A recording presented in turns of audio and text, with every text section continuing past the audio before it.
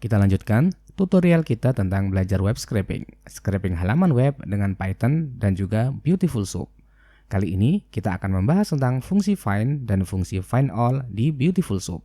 Sekarang silahkan rekan-rekan semuanya membuka Visual Studio Code-nya. Sebelumnya kita sudah belajar bagaimana cara mendapatkan elemen dengan cara simple, yaitu dengan cara memanggil Beautiful Soup, kemudian variabelnya, dan di sini ditambahkan dengan titik, dan kemudian tag yang akan kita panggil. Ketika ini kita apply, maka rekan-rekan bisa dilihat di sini elemen sudah terpanggil. Mungkin kalau berwujud elemen seperti ini, kita belum bisa mendapatkan data yang ingin kita cari. Semisal kita ingin mendapatkan atribut.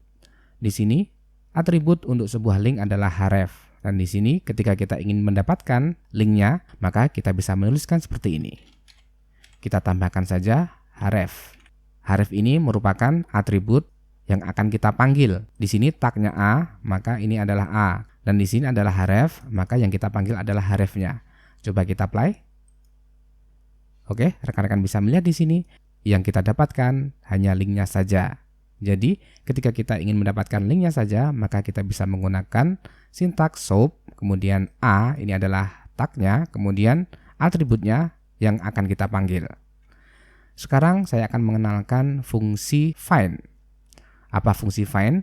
Sebenarnya fungsinya sama untuk mencari tag untuk sebuah elemen. Kita bisa mengcustomize sesuai dengan keinginan kita. Kita bisa mendapatkan sebuah elemen berdasarkan atribut. Contoh penggunaannya adalah seperti ini.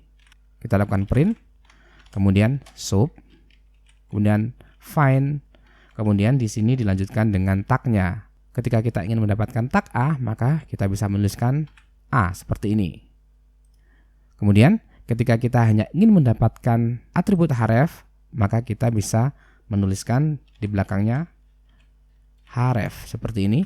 Coba kita apply. Oke, rekan-rekan bisa melihat di sini baris ini merupakan sintak dari baris nomor 6. Kemudian yang ini merupakan sintak dari baris nomor 7. Di sini adalah cara sederhana, kemudian yang ini menggunakan fungsi find. Kelebihan dari fungsi find adalah kita bisa mengcustomize ketika sebuah elemen tersebut memiliki atribut, kita bisa mendapatkan sebuah elemen berdasarkan tag juga atribut yang dimiliki oleh sebuah elemen. Contohnya adalah seperti ini. Misalkan kita akan membuat sebuah variabel bernama links, kemudian SOAP, find, kemudian kita mencari tag A. Di sini kita bisa mengcustomize ketika sebuah tag A ini memiliki atribut-atribut tertentu. Di sini adalah atribut, kemudian dilanjutkan dengan nama atribut. Seperti ini. Semisal ada elemen dengan tag A, kalau berdasarkan kelas, maka kita bisa menuliskan di sini kelasnya. Kelasnya apa? Kemudian nama kelasnya, misalkan kelas foo. Seperti ini, maka ini akan mencari elemen dengan tag A, kemudian kelasnya adalah foo. Kita juga bisa menggunakan multiple atribut dengan cara koma. Kemudian misalkan di sini ada ID-nya, kemudian ID-nya apa?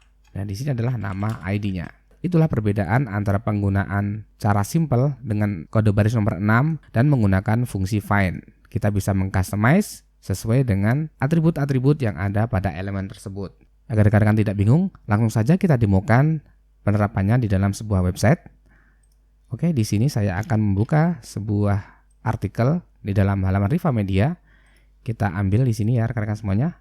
Di sini rekan-rekan bisa melihat di sini ada, saya besarkan terlebih dahulu. Di sini ada tag bernama H1, kemudian adalah kelas entry title. Kita akan mencoba untuk mengambil elemen yang ada pada tag H1 ini. Bagaimana cara mengambilnya? Terlebih dahulu kita lakukan request untuk URL tersebut. Di sini kita masukkan. Di sini kita matikan terlebih dahulu. Di sini saya akan mendapatkan title dari sebuah halaman tersebut dengan tag H1. Kita namakan variabelnya adalah title. Kemudian sub, kita akan cari di sini rekan-rekan bisa melihat tagnya adalah H1, maka kita masukkan di sini adalah H1. Kemudian kita akan menuliskan juga atribut yang ada pada tag H1 tersebut. Di sini ada kelas. Kita masukkan kelasnya. Oke, di sini sudah. Kemudian kelasnya adalah entry title. Seperti ini. Oke. Karena di dalam tag H1 ini hanya memiliki satu atribut, yaitu hanya kelas saja, maka kita bisa menuliskan kelasnya saja, dan ini kita hapus. Oke, coba kita print. Seperti ini. Ketika kita apply, oke, rekan-rekan bisa melihat di sini. Di sini elemen dari tag H1 berhasil kita dapatkan dengan cara menggunakan find, kemudian nama tagnya, dan kemudian lebih spesifik lagi dengan kelas entry title. Sebenarnya ketika sebuah elemen ini hanya memiliki satu tag, misalkan H1 memiliki satu tag, maka kita tidak perlu menggunakan tambahan seperti ini. Ketika kita play, nanti hasilnya adalah sama saja. Dan penulisan atribut ini ketika kita ingin memilah yang memiliki atribut-atribut tertentu, rekan-rekan bisa menggunakan tambahan penulisan atribut dengan sintaks seperti ini. Kalau kita amati, di sini rekan-rekan bisa melihat ya, result yang dihasilkan adalah berupa elemen. Ketika kita hanya ingin mendapatkan teks dari elemen tersebut, maka kita bisa menuliskannya dengan cara menambahkan titik teks seperti ini. Coba kita play. Maka rekan-rekan bisa melihat di sini result yang dihasilkan adalah berupa teksnya, bukan full elemen seperti ini. Kita juga bisa menggunakan dot string seperti ini. Coba kita play.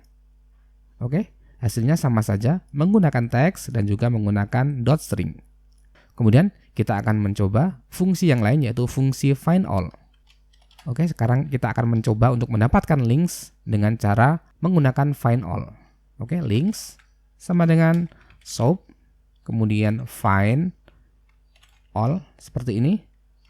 Kemudian kita akan menuliskan tag A. Kita apply. Sebelumnya kita print terlebih dahulu untuk menampilkan hasil ke dalam logs. Oke, seperti ini. Kita clear terlebih dahulu. Oke, kita apply. Maka rekan-rekan bisa melihat di sini hasil dari tag A yang kita dapatkan adalah multiple element. Jadi bisa kita simpulkan find digunakan untuk single element dan find all digunakan untuk multiple element. Resultnya berupa list. Ketika kita ingin mengekstrak satu demi satu, maka kita bisa menggunakan perulangan. Di dalam Python kita bisa menggunakan perulangan from, link, in, links. Seperti ini. Kemudian kita print link. Maaf, ini adalah for link in links. Kita clear terlebih dahulu.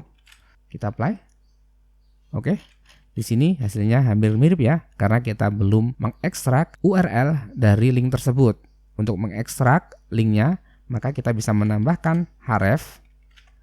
Ini adalah atribut dari link tersebut. Kita apply, kita clear dulu.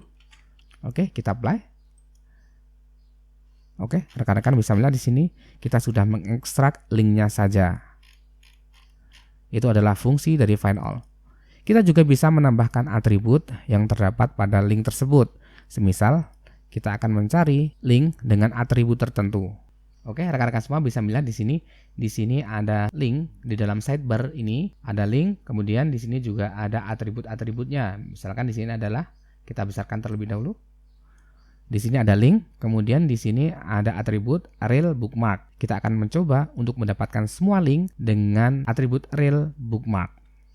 Oke, maka kita bisa menuliskan seperti ini, koma, kemudian di sini adalah atributnya adalah rel, kemudian nama atributnya, kemudian nilainya adalah bookmark. Kita copy saja. Oke. Sebelumnya kita mendapatkan banyak sekali link. Ketika ini kita spesifikkan dengan real bookmark, apakah akan terjadi penurunan result? Coba kita clear. Oke, rekan-rekan bisa melihat di sini kita hanya mendapatkan beberapa link dari hasil find all tag A. Karena kenapa? Kita sudah mempersempit dengan cara menambahkan atribut yang hanya memiliki rel sama dengan bookmark. Itulah fungsi find all. Ketika kita ingin mendapatkan teksnya atau anchor teksnya, maka kita bisa menuliskan dengan link, kemudian teks seperti yang telah kami jelaskan tadi, atau kita bisa menggunakan links, kemudian string. Ini sama saja. Ini akan menampilkan anchor text dari link tersebut. Oke, coba kita print. Ini kita tambahkan sebuah penjeda. Coba kita apply. Oke, Di sini rekan-rekan bisa melihat, di sini adalah linknya, kemudian ini adalah anchor text-nya. Mungkin hanya itu yang dapat kami berikan pada kesempatan kali ini. Saya pikir cukup jelas bagaimana cara penggunaan find dan juga find all. Find digunakan untuk mendapatkan single elemen, kemudian find all untuk mendapatkan multiple elemen. Oke, sampai jumpa di tutorial kami selanjutnya. Dan jangan lupa untuk like dan juga subscribe agar rekan-rekan semuanya tidak ketinggalan ketika kami ada update materi yang terbaru.